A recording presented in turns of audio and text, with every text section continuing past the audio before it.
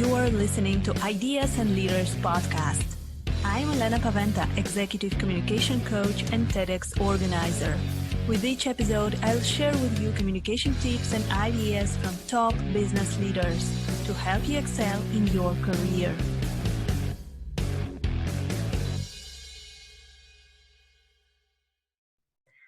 Welcome to the next episode of Ideas and Leaders podcast. My name is Elena Paweta, and this is the next episode with Lee Chaix McDonough.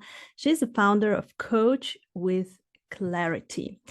I'm sure that many listeners of Ideas and Leaders are coaches and or want to become coaches. So this conversation will be really beneficial for you. Lee is running training and education company, Coach with Clarity. And she's also the host of Coach with Clarity podcast. And she's a book author. She's author of the #1 Amazon bestseller. So I'm really looking forward to chatting with Lee. Hello, Lee. Welcome to Ideas and Leaders. Hi, Elena. Thank you so much for having me on the show.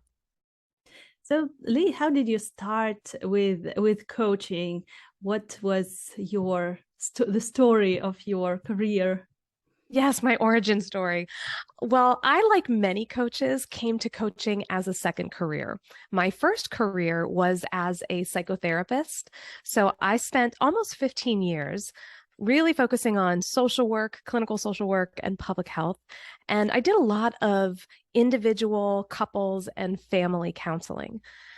And that took me all the way through 2015 when my husband got out of the United States Air Force. We moved back to the United States after living in Europe for about 4 years. And during that time, it was a transition for all of us. He was going from military to civilian. He was buying a dental practice. He's a periodontist by training. I had 2 young children who had very few memories of living in the States. And so I took some time off to help my family through that transition. And after about 9 months, I started getting the itch to return to some sort of professional endeavors. And yet on some level, I knew mental health was not where I wanted to be. I really enjoyed my time as a therapist, but I just had this sense that my next path was going to take me in a different direction. And while all of this was happening, as I mentioned, my husband bought a business, and it is one thing to be an exceptional clinician, which he is. It's quite another to run your own dental practice.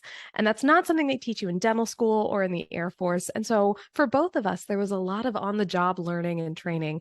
And we had a bit of a rocky time. And I kept thinking to myself, wow, I really wish there were someone out there who could support him and me as we are going through this adventure of buying and operating a business, almost like a therapist for your business. And then as I started researching it, I realized, oh, there are people like that out there. They're called coaches. And I started investigating the profession of coaching, and I realized, I think I can do this. I think I can leverage all of my training and experience as a therapist and then get some additional training and education that's coaching specific and make a career out of this. And so that's what I did. I enrolled in a coach training program. I got my credential. I started working with my own clients. And interestingly, the more clients I worked with, the more they asked me, how did you become a coach? Can you tell me more about this? Can you help me become a coach? And that's when I started pivoting from purely coaching into some training and education. And that's what I do today. I still have a few private coaching clients, but really the focus of my work is on providing quality training for people who want to improve their coaching skills and build stronger businesses. Oh, I think that it is great that you mentioned that you felt that at some point that this is your calling, that this is what you want to do. And I hear this very often when I'm talking to my friends. Just yesterday, I was talking to one of my friends. She's working in a bank, and she's starting doing some coaching activities. And she said, I feel that this is what I want to do.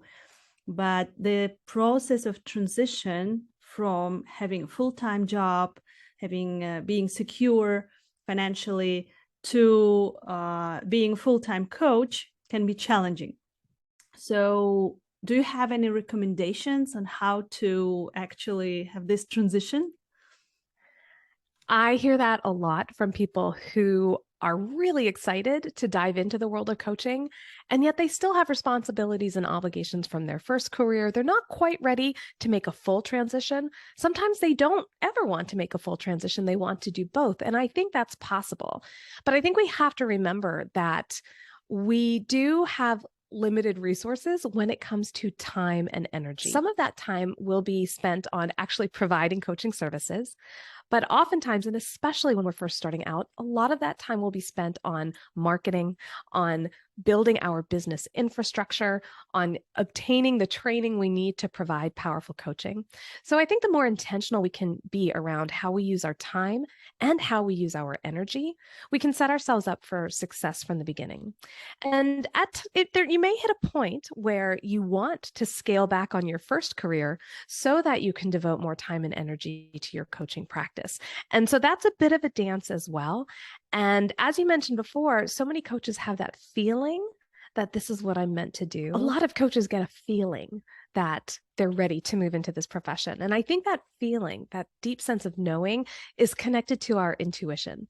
And I'm a firm believer that our intuition is there to serve us, and we should let it have a seat at the decision-making table. So if you're getting the sense that it's time to pull back a little bit from that first career, maybe move from a full-time 40-hour to 32 hours if you can, to start freeing up some more time to focus on your coaching practice. If that's the sense that you're getting from your inner wisdom, then maybe pay attention to that, because I find our intuition is usually spot on when it comes to making decisions about how to move forward. Yes, definitely. We need to follow our intuition. So, what are the basics? What do we need to know in order to become a coach? Yes. So I think we can approach this in two ways. We can look at it both in terms of what skills do you need as a coach, and then also, especially if you're planning on running your coaching business, what business fundamentals do you need as well? So when we're looking at becoming a powerful coach, we really want to develop our skills around building relationships, deep relationships that are anchored in trust and mutual respect. And to learn how to cultivate those relatively quickly, we want to ensure that we're following a solid code of ethics so that our interactions with our clients are based out of integrity. And that's one reason why I sought accreditation through the International Coaching Federation for my programs, because they do have a code of ethics and they do have a set of core competencies that we coaches commit to following. And so I certainly encourage current and aspiring coaches to take a look at ICF's coaching core competencies, because those competencies will help you understand the types of skills you'll want to develop in order to become a powerful coach. And then, of course, on the other side of the house, we have building your coaching business. A lot of people are really eager to get out there and create their logo and get their branding and start marketing. And there is a time and a place for that. But before we rush into that piece, there's 4 elements I believe every coach needs to really firm up first. Number 1 is identity. Why are you here to coach? What skills and strengths and talents do you possess that you can pull into your coaching work? Number 2 is your audience. Who do you most want to serve? What are they looking for? And how can you meet them where they are in order to facilitate change? Number 3 is your approach to coaching. How do you partner with your clients? What theoretical frameworks or concepts are you using in your work? And then finally, what are you offering to your people? Is it single sessions, packages? Do you have a group or a course? So when we know what each of those 4 elements are and how they show up in our business, identity, audience, approach, and offer, we can start marketing and growing our visibility as a coach. Yeah, so we need to have this foundation before going to the next step and start marketing, because very often we just see that people start doing posts on Instagram and recording some videos and reels, but then when you ask them, so what is this that you're doing and who's your target audience, they're not sure about this. So it is very important to do this basic work in the beginning, then it will be much easier. The next point. And Lee, you mentioned the coaching certification. Do you think that it is a must-have for everyone, and everyone needs to have this coaching certification, or it is not a necessity? I know some very talented coaches who don't have a credential through ICF or another organization. It doesn't make them any less talented or effective as coaches. What I will say, though, is that coaching is a very specific profession. And I say this as a therapist. There's a lot of overlap between the two professions, and yet the way we build relationships, the way we support our clients looks very different in the coaching side of things than the therapy side of things. And that's one reason why I opted to pursue a certification. So I think there's great value to pursuing certifications. It's why I have my own. And yet I also understand that not everyone may be interested in a certification or ready for one. And so that's why I would suggest that no matter what, as a coach, you invest in your education. That might look like a certification program, but it might also look like creating your own self-study program. So I think there's all sorts of ways that we can educate ourselves about the coaching profession and how to be a really good coach. A certification is certainly one path. It doesn't have to be the only path, but I do recommend that every coach find that educational track that's going to work best for them. So, Lee, I wanted to ask you about the people who are, dreaming of becoming coaches, and they are still working in corporations. So you said that we can decrease the time that we spend in our first job and do it step by step. So what would you recommend to actually start with? What would be the first steps that a new coach would need to do to have a very good start of their career? I think the first thing, once you're set on those 4 elements we talked about, people won't know to come to you or to send people to you if they don't know you're doing this. And so one of the best things to do at first is to just have a celebratory announcement, whether it's an email, whether it's a social media post, but letting people know that you are thrilled to be opening your coaching practice, that this is who you serve. So getting really specific about your audience. And then the mistake I see a lot of coaches make is going straight for if you want to work with me, here's how to connect. And I tend to take a slightly softer approach. And I actually form it like a request. And I will ask people, who do you know that might be a good fit? And so I'm not specifically saying, let's you and me work together, but I am saying, who in your life, who in your business, who in your world might be a good fit? And would you be willing to connect us? I love that strategy because it treats everyone as a potential referral source versus a potential client. And instead of them feeling like they're being sold to or propositioned, and they may refer themselves, which would be great, but they may also know someone who would be an even better fit. And so that's a very easy way to kind of grow your network and let people know that you're out there doing this work. Yeah, that's a great way of growing your network, not being too salesy, because maybe this is something that we're afraid of in the very beginning of our careers, to sell. I don't want to sell. I want to help people, but I don't want to sell. So it is a good strategy to do this more discreetly.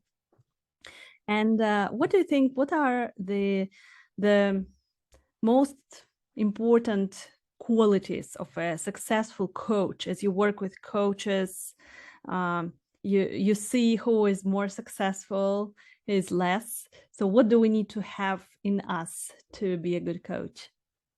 Well, I think number one, the top quality is a sense of curiosity and openness. Maybe that's 2 things, curiosity and openness, but I see them working together. Certainly when we are with our clients, when we bring a sense of curiosity and we're asking questions, it opens the doors to possibilities. And we are able to do that without any sort of judgment or shame. It's really like, no, I'm genuinely curious. What do you think about this? Or could this work? And so we just kind of get the creative juices flowing. And then we remain open to what our clients have to share. And that level of curiosity and openness, we can use that on the business side of things as well.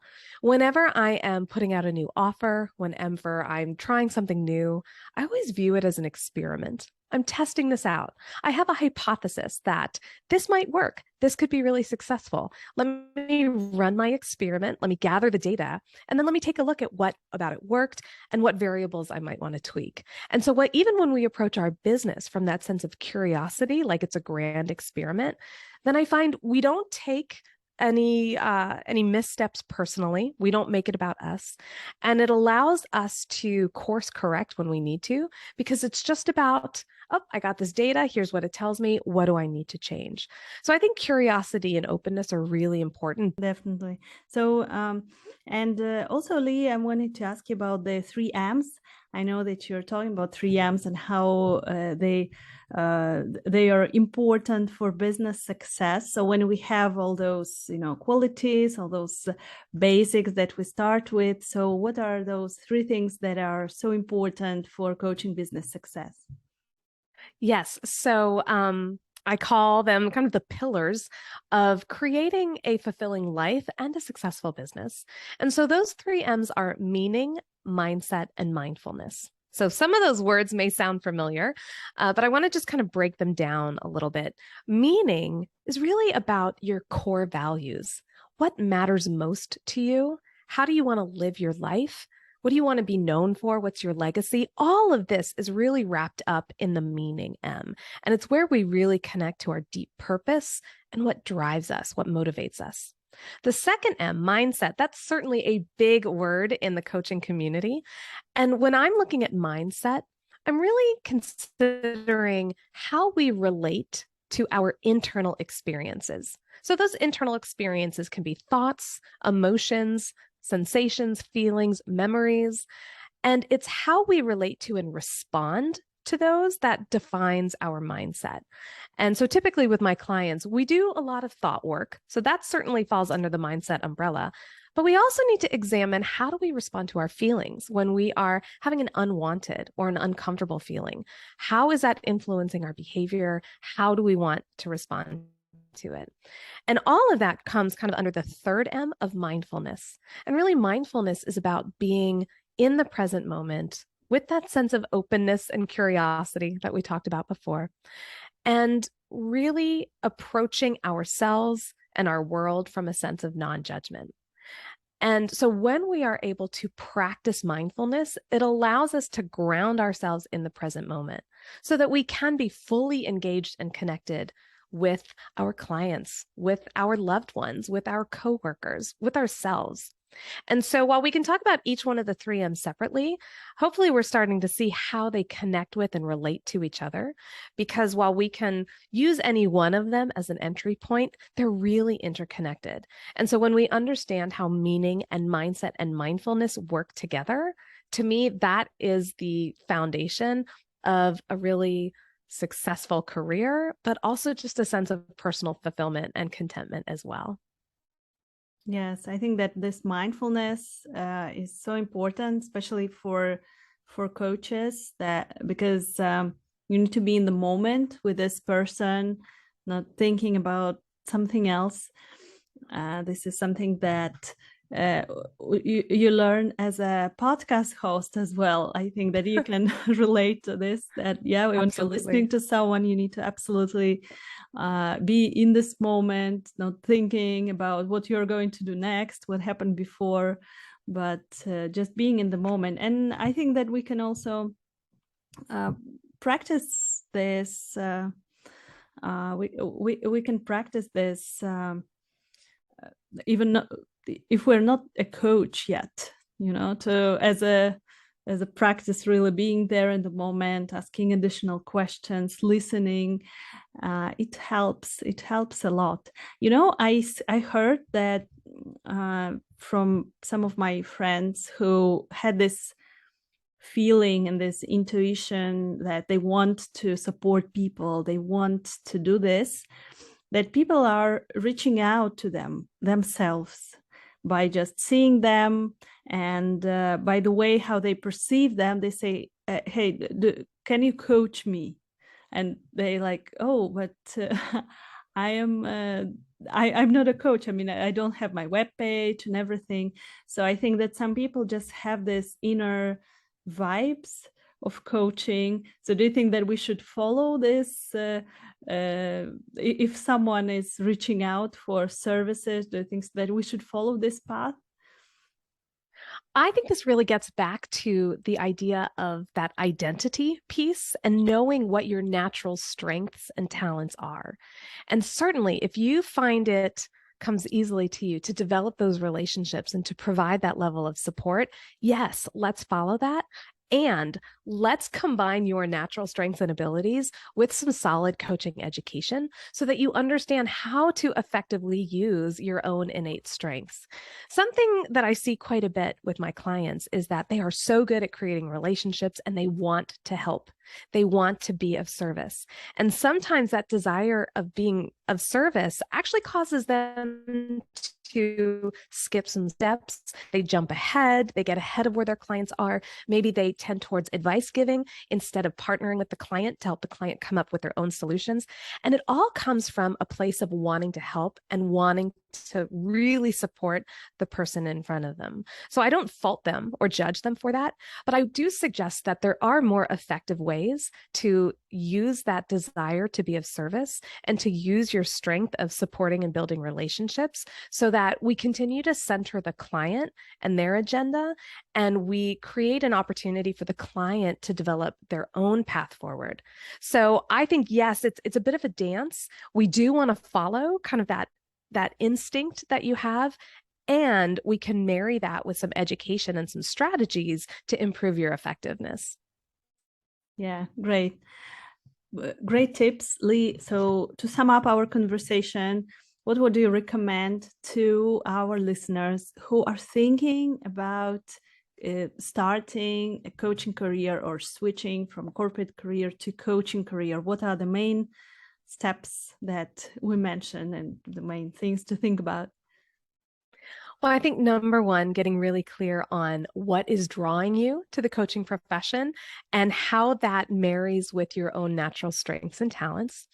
I think it also looks like being really intentional around the process. So educating yourself on the coaching profession, maybe connecting with some coaches, doing some interviews, asking some questions, and then choosing your own educational track. And again, maybe that looks like a full certification program, or maybe to begin with, it looks like, again, connecting with coaches, listening to podcasts, reading books, doing your homework, and understanding what it looks like to show up as a powerful coach. We got to start somewhere. And so I think that's what I would leave your listeners with, which is take a step forward, just one step. And then after that, just one more. And over time, you are going to build the foundation and the resources you need for a really satisfying coaching career. Step by step, as in everything, it works all the time. Thank you so much, Lee. If our listeners want to contact you, want to reach out, maybe ask for your advice, where can they find you? Yes, I would love to continue the conversation. So you can find me pretty much at Coach with Clarity everywhere. CoachWithClarity.com is my website. That's where you can learn more about the podcast. I'm also on Instagram and Facebook and TikTok at Coach with Clarity. And if you are particularly interested in learning more about the 3 M's, I would love to offer a free chapter of my book. My book is called Act on Your Business, and there's an entire chapter devoted exclusively to the 3 M's. And you can get that for free at coachwithclarity.com/act. Perfect. Thank you so much. I'm sure that our listeners will really benefit from your free chapter and from your book if they want to order your book and read more. Thank you so much, Lee, for sharing all of those tips on ideas and leaders. It was such a pleasure talking to you today. Thank you so much.